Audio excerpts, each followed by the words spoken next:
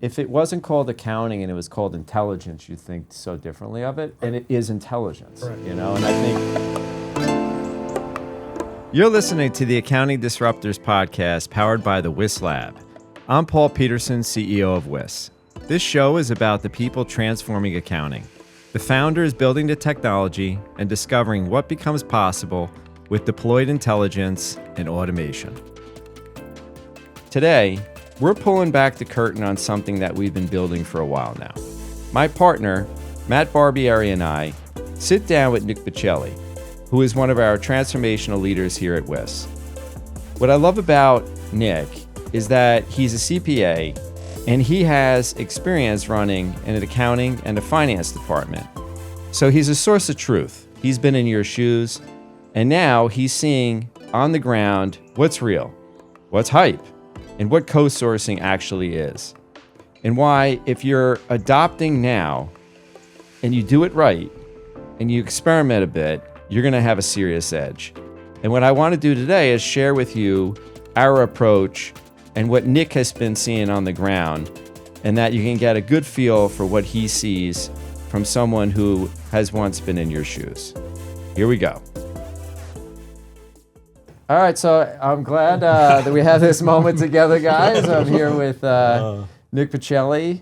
Is that pronounced right? Yeah. Oh, wow, I nailed it. Good to go. It's like a pasta. Yeah, I was like, I said it so Italiano. You know? The more Italian you say it, the better. All right, good. Buccelli with ragu. There you go. Yeah, and Matt the Barbieri. yeah. So Matt's partner in our tech practice, and him and I, over the years, have had this vision of one day being able to really perform accounting on behalf of other companies. So we'll give a little background quickly on that. I guess it was 2014-ish. We just once we were able to start to be able to do things through the cloud, we decided let's give this a shot and see if we could start doing some outsourced accounting on behalf of companies because we felt like there was a value proposition there. That led us into iterating along the way. We tried our own proprietary software. We then pivoted a little bit, called it West, which then went really after early stage technology companies. And one of the challenges that, Matt, you could speak about was how to scale. Yeah, and that was the challenge. That is it in hindsight. So the problem was when we initially built it, we had a really good idea of who we were going to service, what we were going to deliver, what was missing from the market, and it was the way that they measured the companies. They didn't measure them the way our formal or prior companies measured, which is like EBITDA. Yep. That was a word that was undefined in our market. They were after different KPIs like CAC, LTV, things that weren't really gleaned from the accounting records that they were creating. And so we were going after that part of the market that spoke a different language than what was in the market, available to them at that point. What happened is when we had it in, I would say, a lab format in a microscopic place, and it was measured and really looked at, our first few examples worked really well. And we were able to get profitability in them. The difficulty came as soon as we expanded beyond that it was really hard to get the personnel to act the same every time and to follow the same set of rules and to follow the same protocols that we'd established. And it became a mismatch for the market in terms of what we were able to create and the cost of what we were able to create and deliver to the market versus what they needed to operate. Yeah. So that was the biggest challenge, was the actual scale, utilizing personnel onshore that was capable to present exactly what was needed by these companies. Right, and I think one of the things that happened too, which we saw, there were so many companies that kind of propped up from funding, because the total addressable market is massive, right? Like when you think about what companies pay to have internal accounting departments, we're talking significant amounts of money. And I think that when they saw that, oh wait, outsourcing could be a real thing, you can do this through the cloud, there can be ways that technology can help in terms of bringing down the cost of what accounting takes to get done. The problem is, at the end of the day, like these tools weren't powerful enough, for the accountants to really use to enhance the quality of the work that they were doing. and to provide these insights that a lot of companies are looking for. When we think about accounting, right? Like, and I think this is the difficult part for many of us that have been in the field for a long period of time. It is so defined differently by many different companies, right? And so I think when they think of accounting, they just think of like, well, accounting is you just give me your numbers. Some people think accounting is taxes, right? And what we find with a lot of people with numbers, they don't know what numbers they need, what numbers they really want. So when they think of like accounting, and we go back towards this period of time where there was all these companies being propped up that were saying, we could do your outsourced accounting, and we could do it for like $199 a month. That is not accounting. That's like you're just getting transactions recorded on your behalf. But the problem we were facing is, as accountants, we were trying to, be at a price point that at least someone would not say is so far out of range, right? But that we were going to be able to provide them with accounting, which is the numbers are recorded in the right places. There's a meaningful report that we could run based on the accounting that we've done on their behalf, right? And the challenge even with that is even the expectations were high, right? Because it was almost like, well, that's not enough.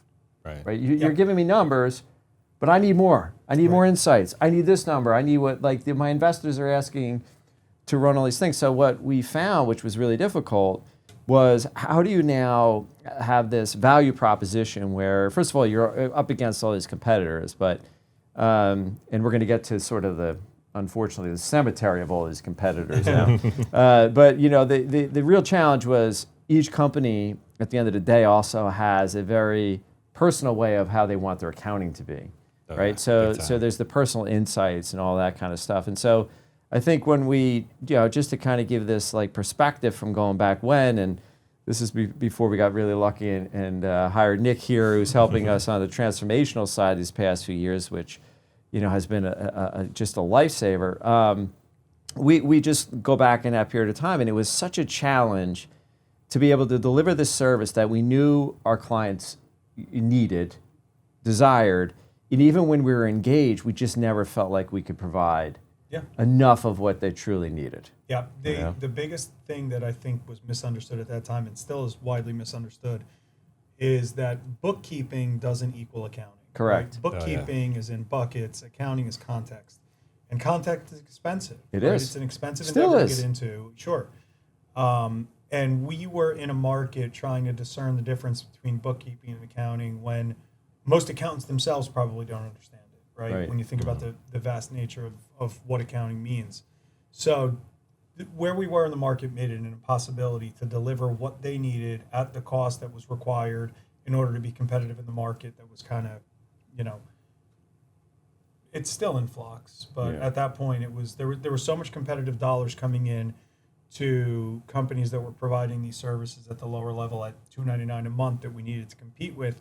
And they were really masking losses with investor dollars, right? So they were able to deliver this service at a price point of $299, but obviously the cost was higher than that, which is evidenced by the fact that they were no longer able to sustain it. And so unfortunately, it's a shame because some of them were just too early. Yeah. They just were too early. The technology really wasn't there to match it. And plus, I also believe there's still confusion in the marketplace as to what accounting means, what numbers people really want.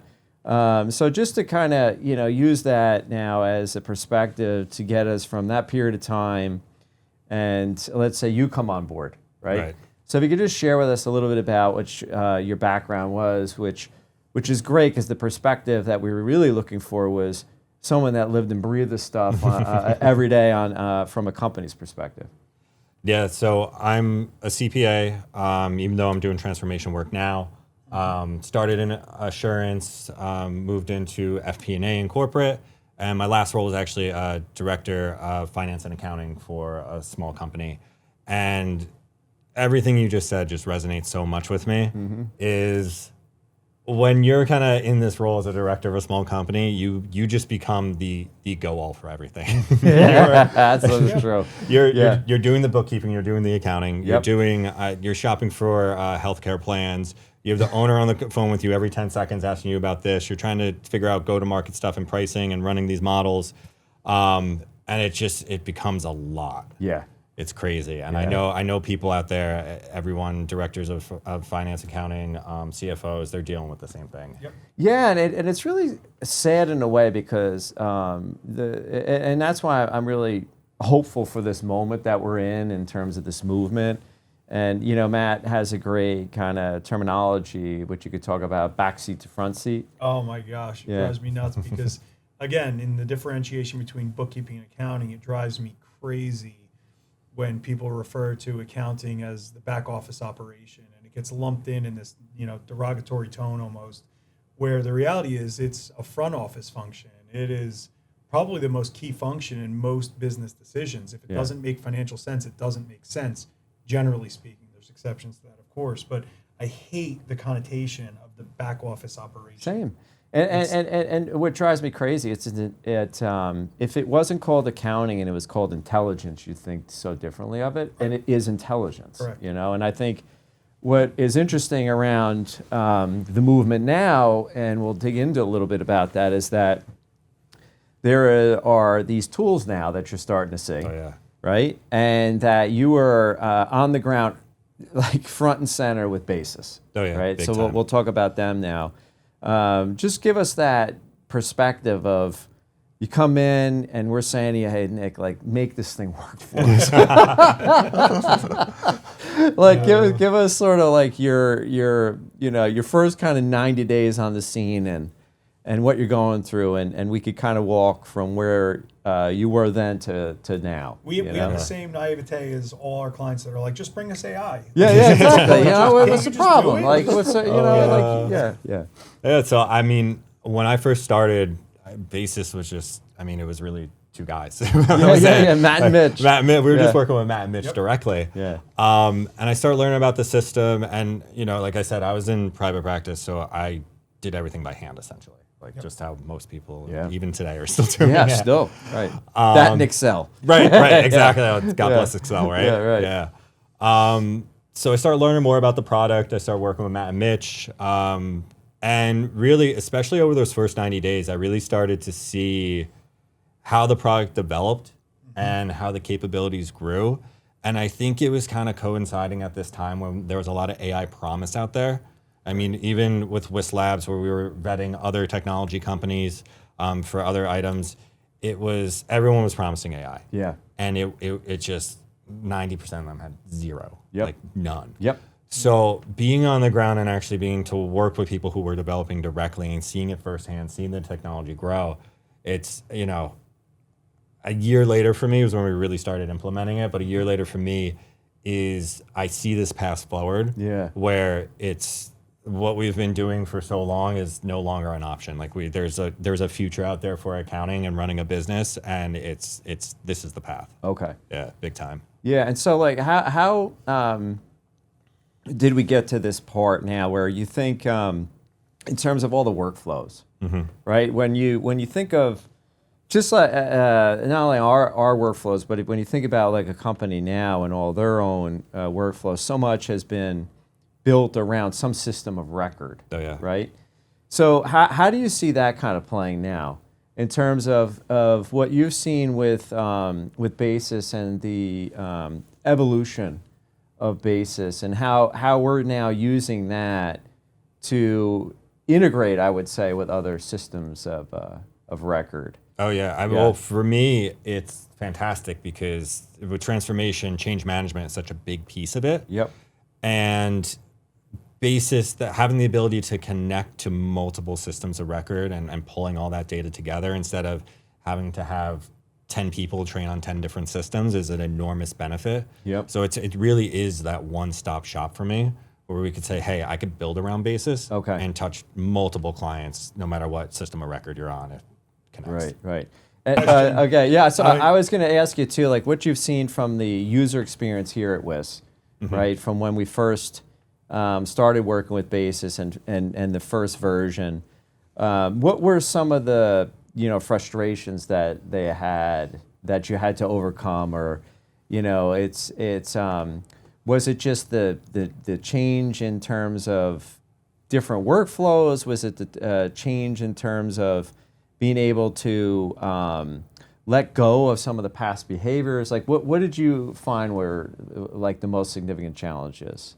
I would say first, I mean, any new technology, there's friction, right? Yeah. You're trying to learn it. Yep. And I think especially with this technology, because it's able to do so much, there is a lot of friction because it's Pandora's box almost. You can do whatever you want. Yeah.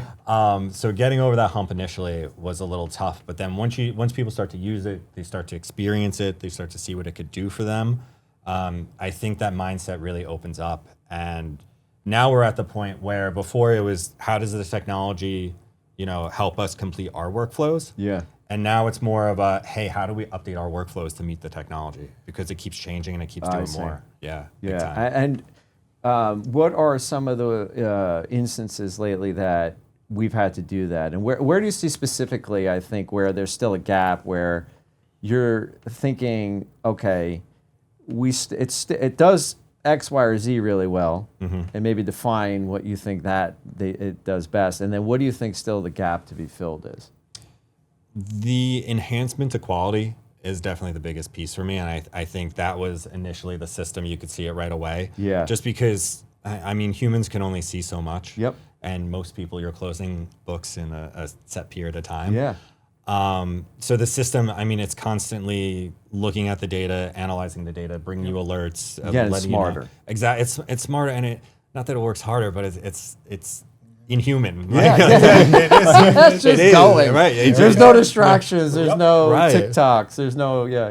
Yeah, it's crazy. So for me, the quality piece has been instant. Like we noticed that right away. Yeah. And I think the future is more regarding the insights, because now it's also, I could analyze a P&L or go through and pick out insights and tell you how to, maybe enhance your business with those insights.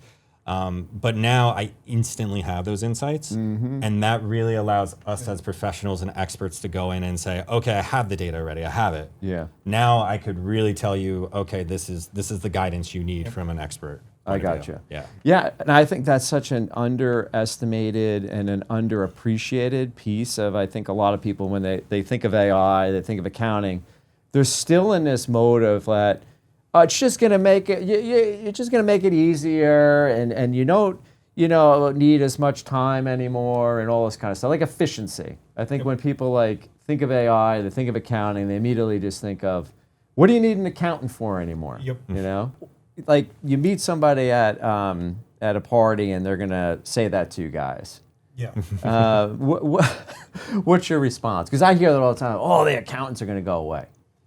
Yeah, I think right now what AI is doing most is increasing quality and speed, right? So the increased quality and increased speed allows us to actually be accountants. So I think that, again, if I'm generalizing, what I believe people to think is that we spend all of our time being accountants, right? If you think about a surgeon, think about a surgeon performing surgery all the time, and hopefully they are performing surgery most of the time. But as an accountant, you're often functioning in a million different things, just trying to get access to the information you need to actually then be an accountant and spend time with the information. And as good as AI is currently, and I know it'll only get better, the context that we have with respect to that client is currently nowhere else other than our brains. And right, you think about all the inner workings of a company and how many different things you're aware of. The ability to advise them is truly unique, and the ability to actually have time to analyze that data is what's going to separate us from, our set right now, our competitive set. Right. What about you, Nick? What do you? Yeah. Because you're firsthand in this. Oh yeah. Yeah. Oh, yeah. Well, I like before when you said there's bookkeeping and then there's accounting. Yeah. So to me, the technology is going to make the bookkeeping easier. So now I could really be an accountant. So to your point, that advisory piece, I think as accountants, we get bad raps because we have to grind away at it to get to the point where we could actually provide our expertise. Right. The grinding is going away. It's a thing of the past. Yeah. So now it's just our expertise. I think it's really going to unlock us as professionals to do more. Yeah. Agreed. How would you now, going back and put yourself back on the inside of a company, knowing what you know now, right, having first hand into the technologies and some of the newer technologies that we continue to see and experiment with, what would you do differently in building the accounting department today? I would lean on the technology for sure. I look at, like I said, it was a small team, but I mean, it's a whole, I wanted to transform that team, and now I'm thinking like, I would do it entirely differently. Okay, talk to me about that. Like what you would have done before would have been more people-centric? Very people-centric. Let me get the right people in place, so free me up so I could do the running the business, right? Okay. And now it's, I think the technology could allow me to run the business without necessarily needing that layer there. I think it would just really free up my time and allow me to be a true CFO. Yeah. I mean, that's what we're thinking in terms of how do they become aware of all of this, right? Because we have a great perspective that we're sitting in the seat of being firsthand, and having this line of sight. I just keep thinking about there's so many opportunities for people to use technology and to start to infuse it within their own accounting department. But it's just going to be it's like a slow burn right now with what we're seeing. It is, and everyone talks about how lightning fast AI and so again, all relative. Yep. The first step for all these companies is, are they even ready for AI? Right? Yeah. Like, there's so many things that they have to evaluate. There's very few solutions that are going to be transformative today that are simply plug and play. Like, I think of them, it's not out of a box. Yeah, they're thinking about it like, I'm going to download a piece of software. Correct. And now I don't need an AP person. Yeah. Like, that's just not reality. So there's an understanding at the client level of two things. First of all, are they ready? Are they even capable of it? And then secondly, like, how do we even go about this? If I was in the shoes of a CFO of a private company today, like a client of ours, and I didn't have the access or awareness that I have right now, it's a completely overwhelming task. To go out there and look, there's 50 new tools generated a day. I know. And they seem to all solve the same problem. So it would be difficult to even figure out, where do I go to get that started?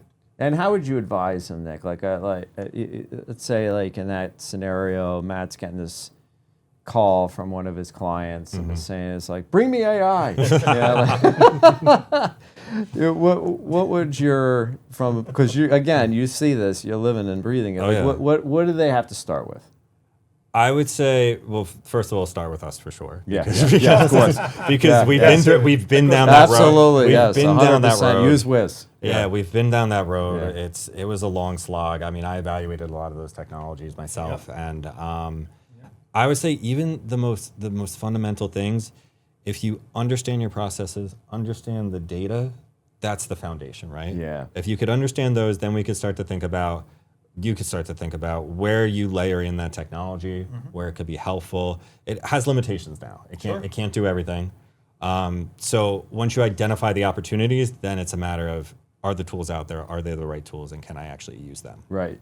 And how would you advise, because I think this is going to be a really interesting development, how companies attack the reinvention of their accounting department, right? And is there a rip and replace? Is it a layer on top that you're running, right? I think for many companies, their system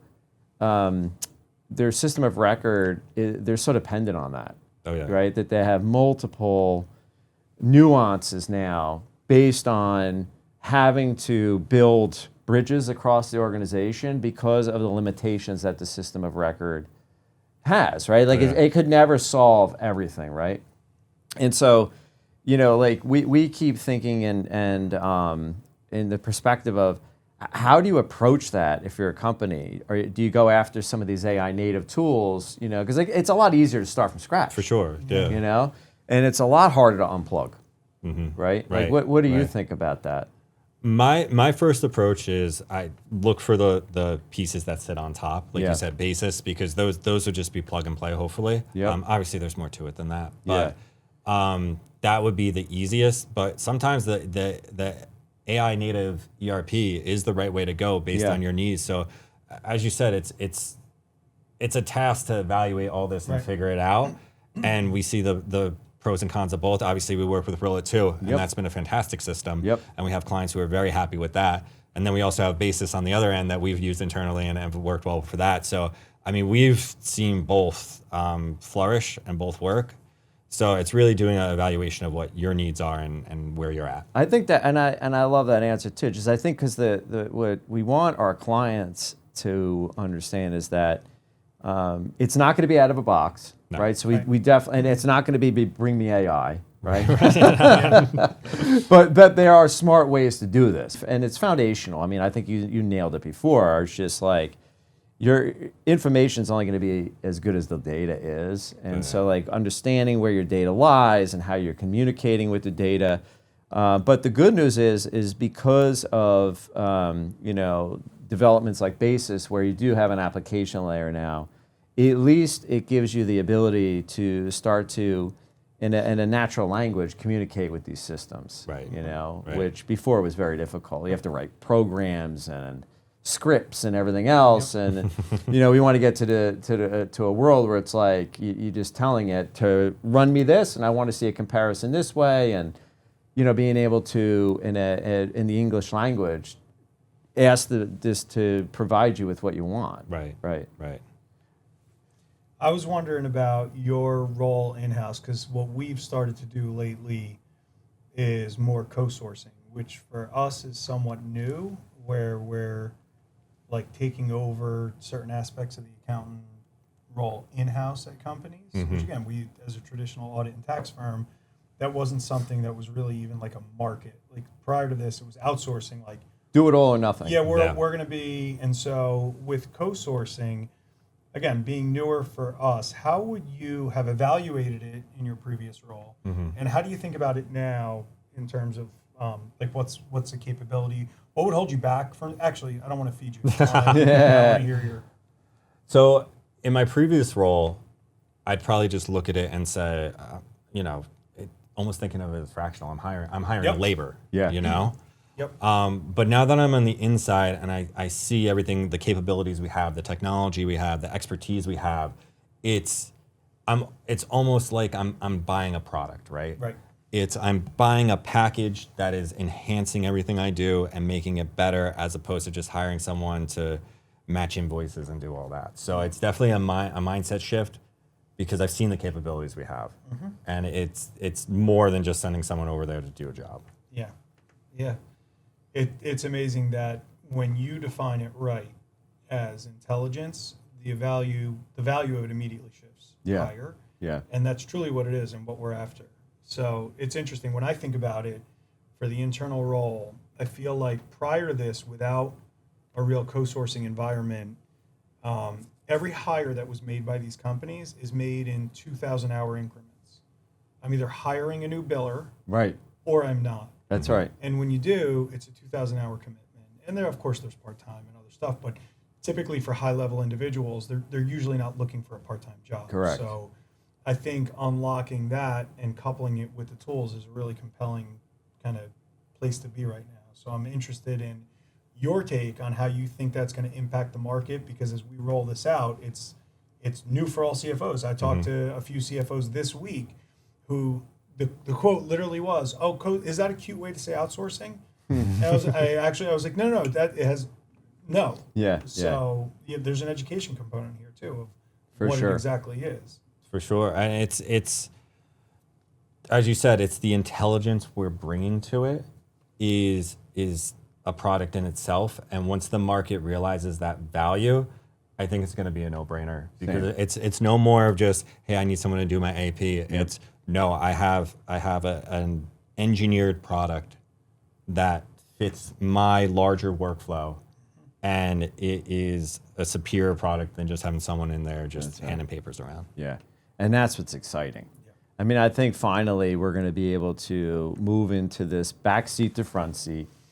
I think the appreciation for accountants is going to go way up, because I think the value that they're going to start seeing, like you said it before, like so much is a grind. It's been a grind. I mean, a lot. It's like and the tools we've been given have been really not that innovative. It's like, for me, I always tell them, it's like, we got to dig a lot of holes And it's like we have a spoon and a shovel. You know, like there's no Caterpillar for us. You know, there's no John Deere. Yep. You know, like that's how it's been. And so it's like, yeah, like for us to build your foundation, we're still the ones that have to do a lot of manual type activity to get to the value added information. And it's not that we don't want to.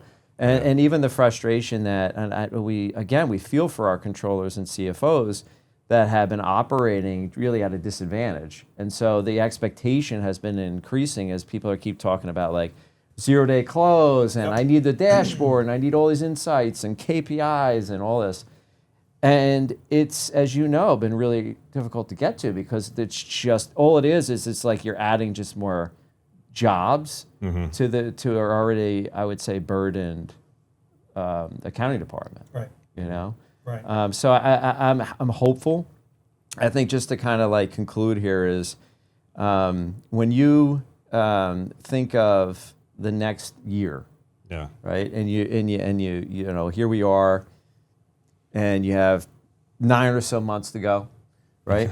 Like, where do you see in your mind like what you're so determined by the end of the year we'll be doing this? Like, where do you see the technology? I see it fundamentally changing how we service clients like that. And that's not an exaggeration. It's, as I mentioned before, with the whole our workflows meeting where the technology is, we're going to be doing things entirely differently to match what the technology could do. And I'm excited for it because, to your point, that grind's gone. Yeah, you know? right. Like, we're gonna have a conversation with one of the new hires one day and be like, back in my day, you know. Yeah, I know. Seriously, we're those people. I know, It's great. like it used to be like, I remember I used to do that on a calculator before Excel, you know. Yeah, so true. Yeah, so it was pen and paper spreadsheets into Excel. And now it's going to be the next phase. And I have a feeling it's coming soon, and I'm excited for it. Me too. Awesome. Any closing thoughts, Matt? No, I'm just looking forward to a time when this gets closer and we're able to tell clients things like your margin slipped last week. I know. Not last quarter or last 6 month period. I mean, just that, the ability when people say like, what will the insights unlock? Like what does it matter? I've had people honestly say, like, what would we do with the data anyway? And the hope would be it would change your actions and your behaviors and how you run the company. But oftentimes it's so historical. They're like, well, that happened. And these companies, you know, even small companies take 6 months to make changes that are fundamental that, again, imagine having a call and like last week your margin slipped. What happened? What did we get into? And having the ability to look in that and make those shifts in real time, that's like truly changing business, absolutely the way business and that's is like done. that's really like a mission of ours right now, and that North Star is just continuous truth. Right? Can we get to a point, which we will eventually, right? But that at any point in time, like you're operating from the standpoint of a reliable number, accessible at any point in time, that's going to give you, I mean, if you think about it, it's extreme competitive advantage, you know? And I think that's what I'm hoping it happens as people start to realize that accounting is intelligence, intelligence is advantage, and advantage is going to lead you to having a better business that's going to be more competitive than without it. And that accounting actually becomes more of a differentiation for people, because we're seeing now that the speed, the accuracy, all that is going to be a weapon if used in the right ways for companies, if they deploy it and they understand it and they really do invest more of their resources into it. I do see a world where you're going to have companies outperforming others just because of it. And it's why, I mean, it's interesting. You go back in time and you look at, you know, the way that some of the Rockefeller, you know, had built his companies, and you look at he had massive accounting departments. And he had a massive accounting department because he wanted a competitive, intelligent way of knowing his business better than anyone else. I mean, it's funny when you look, you've seen those black and white photos. I mean, but there was a reason he did that. Of course. Yeah. Sometimes you got to go back to go forwards. That's right. Well, anyway, this has been great. Thank you, Nick. Thanks for everything you do. And thank you, Matt, as always. Yep.